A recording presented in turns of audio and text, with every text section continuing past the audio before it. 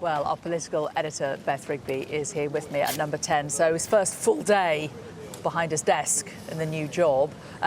His first announcement is VAT cut on electricity. On the face of it, sounds like a good one, but when you look at how the energy price is going to change over the next year, it might not be that much. But he's sending a message, isn't he, with his first announcement? Yeah, that's absolutely right, Jayne. And look, Lucy Powell's coming in. Lucy Powell, are you happy to be Education Secretary?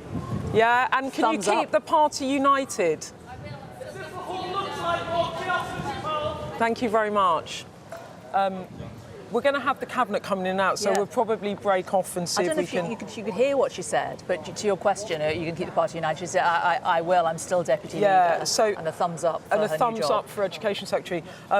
But actually, I also think that Lucy Powell might have been forgiven for expecting that she might have become the Deputy Prime Minister as well in this reshuffle. There's another. It's Miata, the new energy secretary, Miata Fambula, coming out. There she goes in. She is one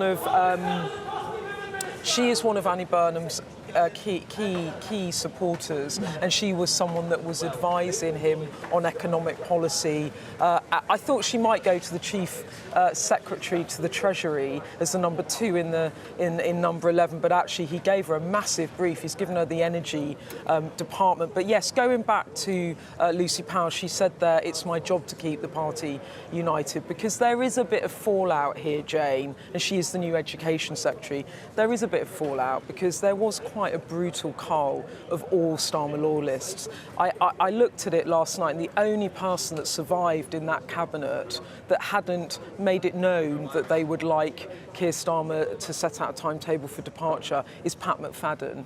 All of the other cabinet ministers that are still in the cabinet, in maybe different jobs but still there, were people that let it be known that they thought that Keir Starmer's time was up. That said, Miliband, Yvette Cooper, John Healey has come back, Shabana Mahmood, and those that were truly loyal have all been turfed out. So there is going to be bad blood over that? Well, there was some bad blood this morning. If we go back to the announcement we started off talking about, Andy Burnham announcing this morning that he wants to cut VAT on electricity bills. It will save on average about 45 quid from the price capped Ofgem bill.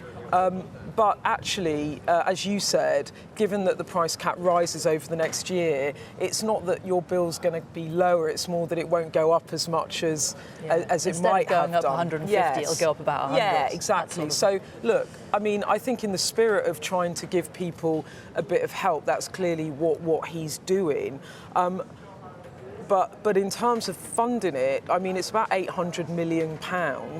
And he said it will be, this is the PM, the new PM, said it'd be funded from scrapping digital ID cards. And no sooner had he said it, oh, sorry, we're going to have to break off because that is, Chris Bryan is the new Northern Ireland Secretary. Yes, it well all done. happened very late last night. West Street in Defence, big job. West Streeting, can the party unite in this cabinet? Isn't it a vicious cull of Starmer allies, sir? There you go. That's the and Angela. Oh my goodness, Angela Rayner coming up as well. Housing.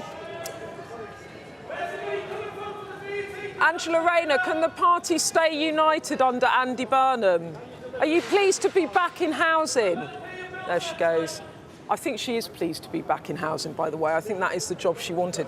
There was sort of talk about... she was passionate about. Well, and actually all her interventions have all been in housing and devolution in recent weeks. And this is Johnny Reynolds. Johnny Reynolds, can the party remain united, sir? Alex Norris, Justice Secretary. And there was that also the guy our at the front new is the AI minister. And then you've got Kanishka Narayan. Yes, very, very impressive. The industry. I did a dinner actually with the tech industry the other day, and they could not speak highly enough of him. He is an AI minister now attending cabinet, and then you had Johnny Reynolds back in business, and then you had Alex Norris, who is the Justice Secretary. And as I understand it, there was a bit of part of the reason that reshuffle went on very late into the night. Here's the new Chancellor. Oh, here he is. John Healey, can the party unite behind Burnham? Is it a nest of singing birds, sir? There he goes. In he goes. the new Chancellor in he goes. Twinkle in his eye there, I Yeah, thought. he's very happy. Yeah. He's a very happy man. I'm not sure he expected that job, Jayne. He may be happy. It's a huge position, but he now has to actually make all the sums add up. The Home Secretary, still Shabana Home Mahmood, Secretary. are you disappointed not to be Chancellor? Happy with your job? I think she is quite happy with her job, actually. I mean, she likes being the Home Secretary and she's effective at the as the Home Secretary. But going back to John Healey, I mean, for Keir Starmer, even though John Healey resigned over the Defence Investment Plan and caused him a world of pain, actually, for a Prime Minister that also wants to remain committed, a former Prime Minister, to Ukraine and defence spending, I think to have John Healey in as the Chancellor is really significant, because the reason John Healey resigned from government was because he said to Keir Starmer, you're not putting enough money in. There is not a clear pathway to 3% of GDP on core defence spending by 2030. It needs to get to 3.5% of GDP on core defence spending by 2035. And that's why he resigned. So he's now got to find all the billions of pounds that the Chancellor he clashed with, Rachel Reeves, couldn't. So for the defence industry, for the Ministry of Defence, for allies, NATO allies, for other fellow leaders, for President Zelensky, I think John Healey as the Chancellor is music to their ears, and I imagine Keir Starmer will be pleased about that. Are you happy to move to health? Are you happy to move to health? Okay. There goes, Yvette Cooper goes in. Yeah, I mean, going back to the speech yesterday, there were two elements of it, really. There was, I'm going to announce a 10-year plan for the country in the autumn. It reminded me immediately of Keir Starmer's decade of national renewal. I mean, there goes Pat McFadden. Pat McFadden, can Andy Burnham unite the party, sir? Pat McFadden, I mean, the survivor. He managed to keep on in what Department of Work and Pensions. Ed Miliband, are you happy to be Foreign Secretary, sir? You not sad about the Chancellorship, sir?